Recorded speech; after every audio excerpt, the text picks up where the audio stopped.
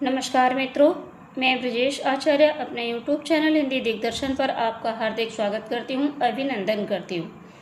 तो आज हम गोविंद पांडे एवं सरस्वती पांडे की जो पुस्तक है हिंदी भाषा एवं साहित्य का इतिहास, साहित्य का वस्तुनिष्ठ इतिहास, तो इससे संबंधित वस्तुनिष्ठ प्रश्नों का अध्ययन करेंगे।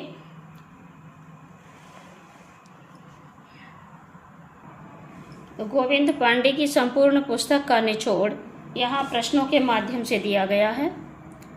तो समय कम है, इसलिए इन प्रश्नों को मैंने पहले दे दिया, समझ लेंगे, और डिटेल से पढ़ना है तो वो भी पढ़ाऊंगी मैं। वस्तुनिष्ठ प्रश्न। छायावादी प्रवृत्ति की रचना सबसे पहले दिखाई पड़ी मुकुटधर पांडे की रचनाओं में। अपेक्षा पत्रिका के संपादक हैं तेज सिंह। कल्पना पत्रिका के संस्थापक कौन थे? तो रघुवीर सहाय थे। छायापथ किस विधा की रचना है? ये गद्य काव्य है।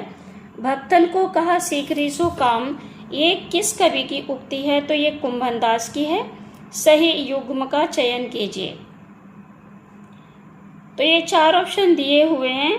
इसमें भगवत शरण उपाध्याय विलायत यात्रा गलत है, देवेंद्र सत्यार्थी भी गलत है।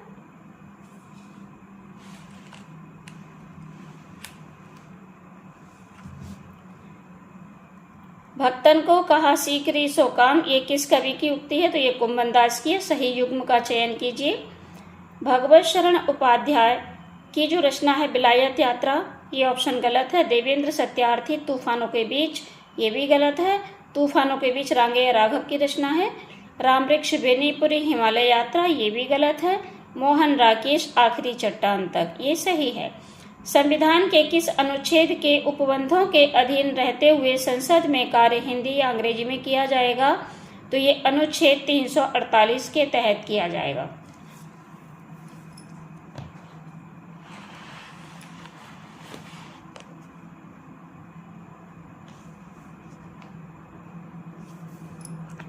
संविधान की 8वीं अनुसूची में बोडो, डोगरी, मैथिली और संथाली भाषाओं को किस वर्ष सम्मिलित किया गया? तो 2003 में। कुटज निबंध के लेखक हैं हजारी प्रसाद द्विवेदी। कुटज निबंध के लेखक हजारी प्रसाद द्विवेदी हैं। परिशिष्ट उपन्यास किस विषय पर केंद्रित है? तो ये राजनीति पर केंद्रित है। बाप पत्रिका के वर्तमान संपादक कौन है? सुधीर पचौरी हैं। पाली पद की बहुमान्य व्युत्पत्ति है पर्याय, पालियाय, पालियाली और पाली। पाली भाषा के सर्वप्रथम व्याकरण है कच्चायन। रचना की दृष्टि से क्रिया के भेद हैं 2। य, र, ल, ब व्यंजनों को अंतस्थ व्यंजन कहा जाता है। सदियों का संताप, य, र, ल, ब व्यंजनों को अंतस्थ व्यंजन कहा जाता है। सदियों का संताप किस कवि की कृति है? तो इसे देख लेंगे। सदियों का संताप ओम प्रकाश वाल्मीकि की कृति है।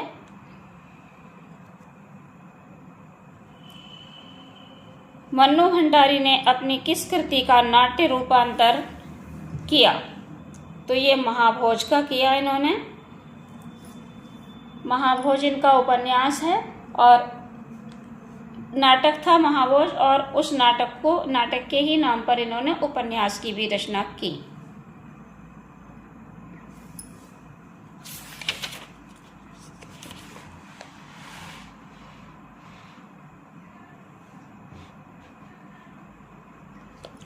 देव रचित अष्टयाम ग्रंथ की विषय वस्तु है नायिका भेद। भारत सरकार के शिक्षा मंत्रालय के अधीन वैज्ञानिक और तकनीकी शब्दावली आयोग की स्थापना किस ईस्वी सन में हुई? तो ये 1961 में हुई। लाठी शब्द का अर्थ सहारा अर्थ विकास की किस प्रक्रिया के अंतर्गत होता है? तो ये अमूर्तीकरण के अंतर्गत होता है। डॉक्टर धीरेन्द्र वर्मा ने वैदिक ध्वनियों की संख्या मानी है 13 स्वर, 39 व्यंजन, तो सब मिलाकर 52। अकाल में सारस किस कवि की कविता का संग्रह है? केदारनाथ सिंह का है। हिंदी का पहला समाचार पत्र उदंत मार्तंड प्रकाशित हुआ सन 1826 ईस्वी में।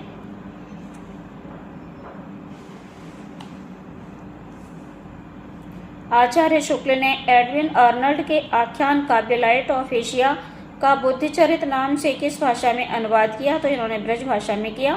हंस पत्रिका का प्रकाशन कहाँ से हुआ? बनारस से हुआ। पद्मावत में कुल सर्गों या खंडों की संख्या कितनी है? तो ये है 57। ब्रजभाषा हेतु ब्रजवास ही न अनुमानो, ऐसे ऐसे कविन की बानी हूँ सो जानिए।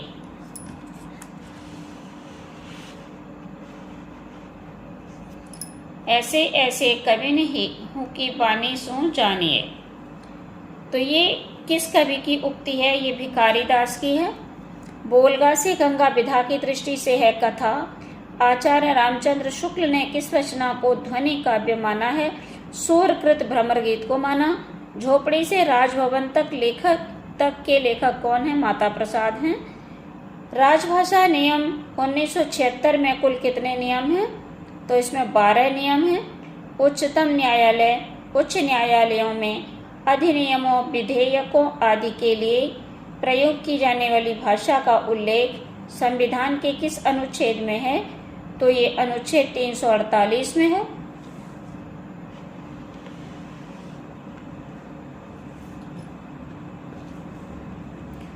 हिंदी की वैज्ञानिक एवं तकनीकी, पाठक थोड़ा धैर्य बनाए रखें, अचानक से ट्रेन हॉर्न दे देती है, कभी कभी तो वीडियो में आवाज़ आ जाती है। कोशिश करते हैं आवाज़ ना आवे, लेकिन कभी कभी अचानक से ट्रेन आती है तो हो जाता है। उच्च न्यायालयों में अधिनियमों, विधेयकों आदि के लिए प्रयोग की जाने वाली भाषा का उल्लेख संविधान के किस अनुच्छेद में है? अनुच्छेद 348 में है। हिंदी की वैज्ञानिक एवं तकनीकी शब्दावली के निर्माण हेतु संस्कृत शब्दों को प्राथमिकता देते हुए उपयोगी शब्द ग्रहण किए जाते हैं। ये सभी मान्यता प्राप्त भारतीय भाषाओं से ग्रहण किए जाते हैं। मानक हिंदी व्याकरण में कारक वह कोटि है जो संज्ञा अथवा सर्वनाम पद का क्रियापद से संबंध व्यक्त करती है। साक्षात रसमूर्ति किस कवि को कहा गया है? तो साक्षात रसमूर्ति घनानंद को कहा गया है।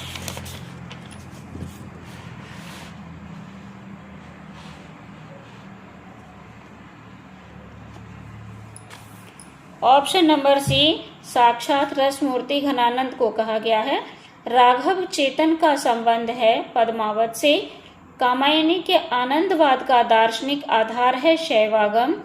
बिहारी सतसई की प्रसिद्धि का प्रमुख कारण है कल्पना की समाहार शक्ति। बूंदी नरेश महाराज भाव सिंह का आश्रित कवि निम्नलिखित में से कौन था? तो ये मतीराम थे। कामता प्रसाद गुरु का हिंदी व्याकरण विषयक ग्रंथ जो नागरी प्रचारणी सभा काशी से प्रकाशित हुआ था, उसका नाम था हिंदी व्याकरण। देवनागरी लिपि का विकास किस लिपि से हुआ? तो इसका विकास ब्राह्मी लिपि से हुआ। सुनीति कुमार चटर्जी ने आधुनिक भारतीय भाषाओं के अंतर्गत पूर्वी हिंदी को किस शाखा के भीतर रखा है? तो इन्होंने प्राच्य के अंतर्गत रखा है। सुनीति कुमार चटर्जी ने आधुनिक भारतीय आर्य भाषाओं के अंतर्गत पूर्वी हिंदी को किस शाखा के भीतर रखा है? प्राच्य के अंतर्गत रखा है इन्होंने। सर्वनाम का रूपांतरण किस कारण से नहीं होता? लिंग के कारण से नहीं होता। हिंदी के सर्वनाम में कारक के कितने भेद हैं? तो 7 भेद हैं। हिंदी का प्रथम व्याकरण लिखने वाले विद्वान हैं जोशुआ केटलर।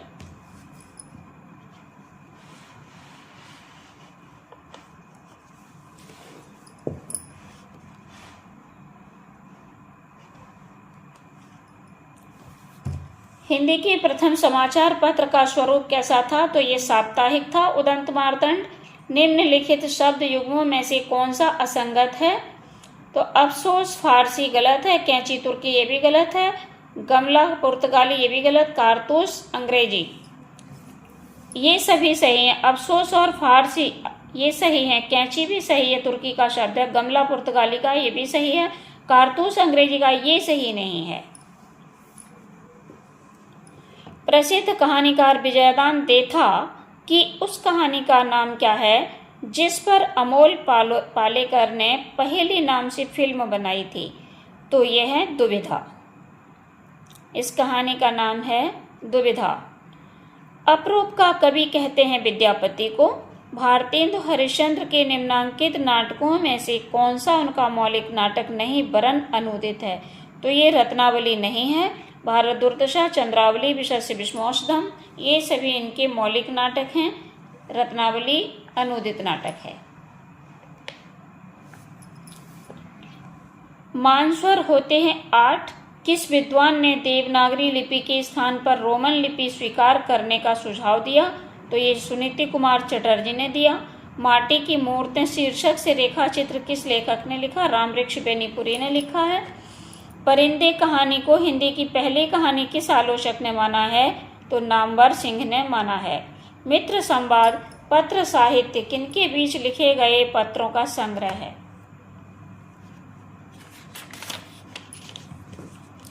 रामविलास शर्मा और केदारनाथ अग्रवाल के बीच लिखे गए पत्रों का संग्रह है। लगता नहीं है दिल मेरा आत्मकथा लेखिका हैं। इस आत्मकथा की लेखिका हैं कृष्णा अग्निहोत्री। लगता नहीं है दिल मेरा आत्मकथा की लेखिका हैं कृष्णा अग्निहोत्री। हिंदी जाति की अवधारणा के पुरस्कर्ता हैं रामविलास शर्मा। इनमें से कौन सी भाषा भारतीय संविधान की 8वीं अनुसूची में नहीं है? यह है भोजपुरी। इनमें से कौन सी कृति प्रतिबंधित रही? तो ये चिनगारियां रही। प्रेमचंद की कहानी है। जगदम्बा बाबू गांव आ रहे हैं कहानी संग्रह किस कथा लेखिका का है? तो ये चित्रा मुदगल का है। जगदम्बा बाबू गांव आ रहे हैं। विस्मय या आश्चर्य किस रस का स्थायी भाव है? ये अद्भुत का है।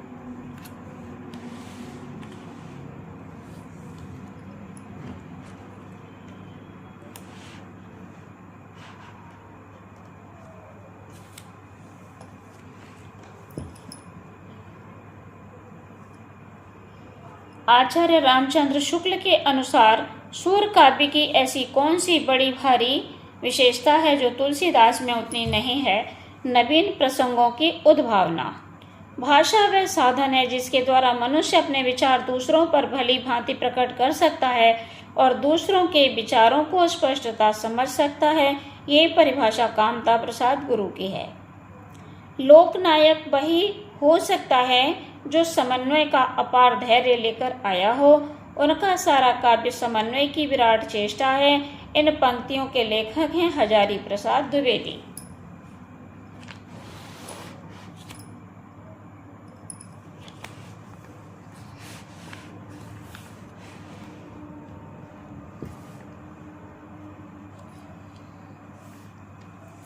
ये हजारी प्रसाद द्विवेदी आंसर सही है। भरत मुनि के रस सूत्र की अनुमितिवाद पर आधारित व्याख्या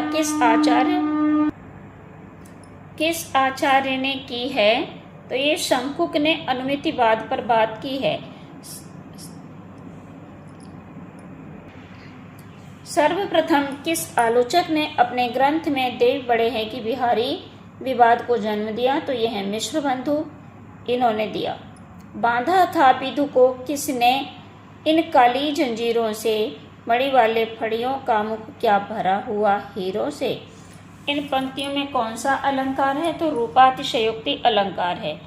आचार्य रामचंद्र शुक्ल ने हिंदी साहित्य का इतिहास के आधुनिक गद्य साहित्य परंपरा का प्रवर्तन के अंतर्गत प्रथम उत्थान की कालावधि निर्धारित की है। संवत 1925 से 1950 विक्रमी संवत। देव कवि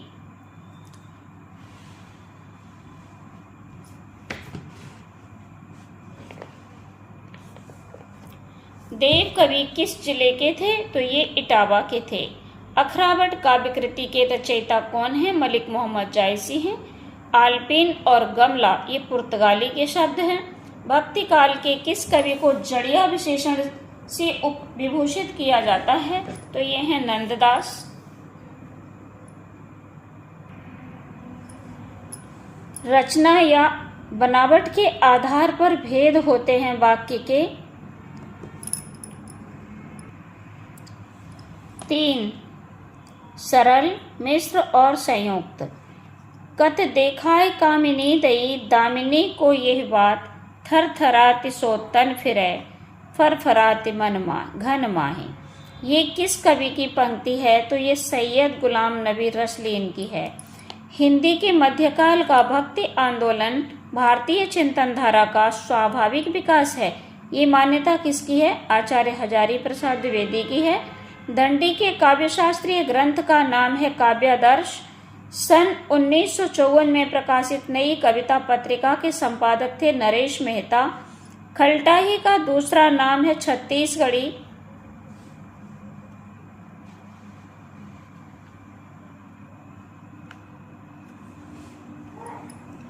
स्वनिम का अर्थ है ध्वनि। गोस्वामी तुलसीदास ने रघुनाथ गाथा या रामचरितमानस की रचना किस उद्देश्य से की? तो स्वांतः सुखाय के लिए की। विरोधों का सामंजस्य विषयक सिद्धांत किसने प्रतिपादित किया है? रामचंद्र शुक्ल ने किया। किस सूफी कवि की रचना में दोहा चौपाई के स्थान पर बरबे चौपाई छंद बंद का प्रयोग हुआ? तो यह है नूर मोहम्मद, और इनकी रचना है इंद्रावती। इसमें इन्होंने बरबे चौपाई छंदों का प्रयोग किया है।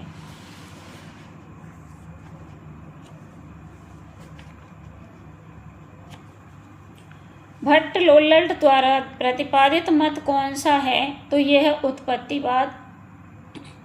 काव्य शोभाकरान धर्मान अलंकारान प्रचक्षते आचार्य दंडी की अलंकार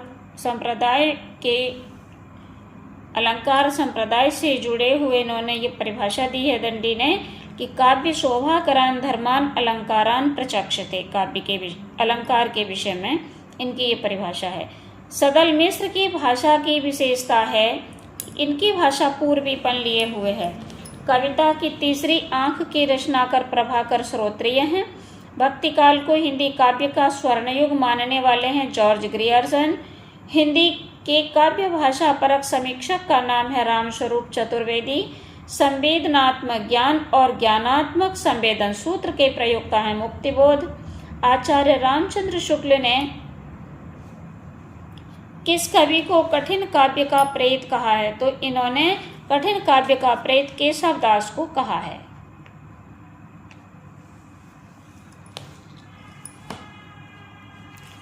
पुनः देख लेंगे। भट्ट लोल्लट द्वारा प्रतिपादित मत है उत्पत्तिवाद। काव्य शोभाकरान धर्मान अलंकारात प्रचक्षते, तो ये अलंकार की परिभाषा दंडी की है।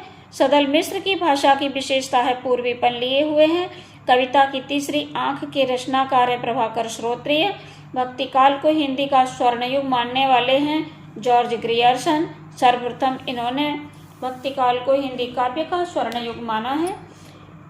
हिंदी के काव्य भाषा परक समीक्षक हैं रामस्वरूप चतुर्वेदी। संवेदनात्मक ज्ञान और ज्ञानात्मक संवेदन सूत्र के प्रयोक्ता मुक्तिबोध हैं। आचार्य रामचंद्र शुक्ल ने किस कवि को कठिन काव्य का प्रेत माना है? तो इन्होंने केशव दास को कठिन काव्य का प्रेत माना है। वाक्यम रसात्मकम काव्यम, तो रस से संबंधित परिभाषा ये आचार्य विश्वनाथ की है। तुलसीदास चंदन घिसे इस निबंध के लेखक हैं हरिशंकर परसाई। कुट्टी चाटन नाम से हिंदी के किस साहित्यकार ने निबंध लिखे? अज्ञेय ने लिखे। बांगरू किस उपभाषा वर्ग की बोली है? तो बांगरू हरियाणी की बोली है।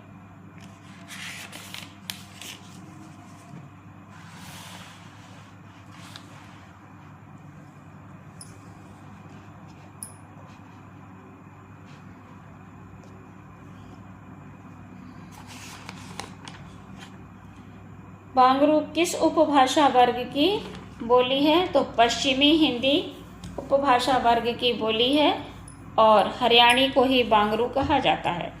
उदयभान चरित के लेखक हैं इंशा अल्लाह खां। उदयभान चरित को ही रानी केतकी की कहानी भी कहा जाता है। अमन का राग के लेखक हैं शमशेर बहादुर सिंह। काल क्रमानुसार इन रचनाओं का सही क्रम इंगित कीजिए। तो रामचंद्र शुक्ल ने मृगावती को सूफी काव्य की सबसे प्रथम रचना माना है और ये कुतवन की रचना है। इन्होंने कुतुबन को सूफी काव्य का प्रथम कवि माना है। तो सबसे पहले हम मृगावती को ही लेंगे। मृगावती, पद्मावत, मधुमालती, चित्रावली। तो मृगावती कुतुबन की है, पद्मावत जायसी की है, मधुमालती मंझन की है, चित्रावली उस्मान की है। प्रकाशन वर्ष के अनुसार निम्नलिखित आत्मकथाओं का सही अनुक्रम बताइए। तो सबसे पहले है अर्धकथानक, फिर टुकड़े टुकड़े दास्तान, आज के अतीत मुड़ मुड़ कर देखता हूँ। प्रकाशन वर्ष के अनुसार निम्नलिखित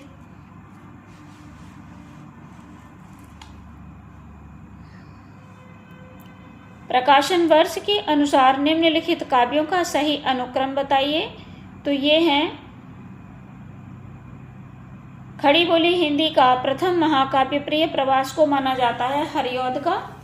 तो सबसे पहले इसी को लेंगे। प्रिय प्रवास, साकेत, फिर कामायनी, बाद में उर्वशी। स्पर्श व्यंजनों को उच्चारण स्थान के आधार पर कितने भागों में बांटा गया है? तो 5 भागों में बांटा गया है। राम नरेश त्रिपाठी ने हिंदी, उर्दू, बांग्ला और संस्कृत की लोकप्रिय कविताओं का संकलन कितने भागों में किया है?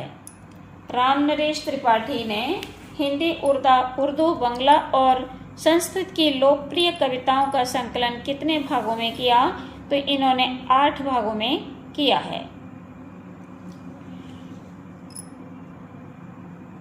तो गोविंद नारायण पुस्तक की जितने भी ये वस्तुनिष्ठ प्रश्न थे, गोविंद नारायण जी की जो पुस्तक है, इसके वस्तुनिष्ठ प्रश्न जितने थे वो हमने सभी पढ़कर पूर्ण कर लिए हैं। मिलते हैं अगली वीडियो में, तब तक के लिए जय हिंद, जय भारत।